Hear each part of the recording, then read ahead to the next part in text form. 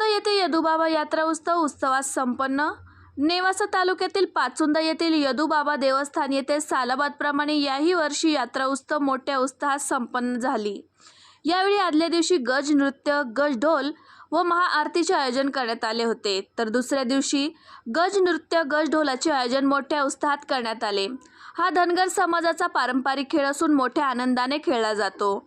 यावेळी फटाक्याच्या आतिषबाजीमध्ये विविध धार्मिक उपक्रमाने हा सोहळा पार पडला। तर हरिभक्तपरायण बाबासाहेब महाराज शिंदे, गुरुवर्य मुक्तिराम कोकरे, गुरुवर्य विठ्ठल चोपडे, गुरुवर्य बाबासाहेब चोपडे यांच्या मधुर वाणीतून भाकणूक पार पडले।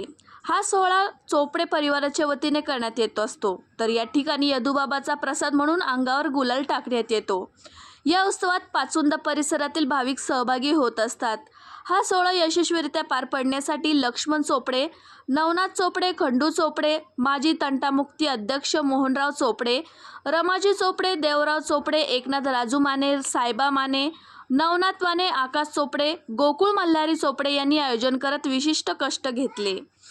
आलेल्या भाविकांसाठी महाप्रसादाचे आयोजन करण्यात आले होते। G9 मराठी 24 ताससाठी प्रतिनिधी युनुस पठाण।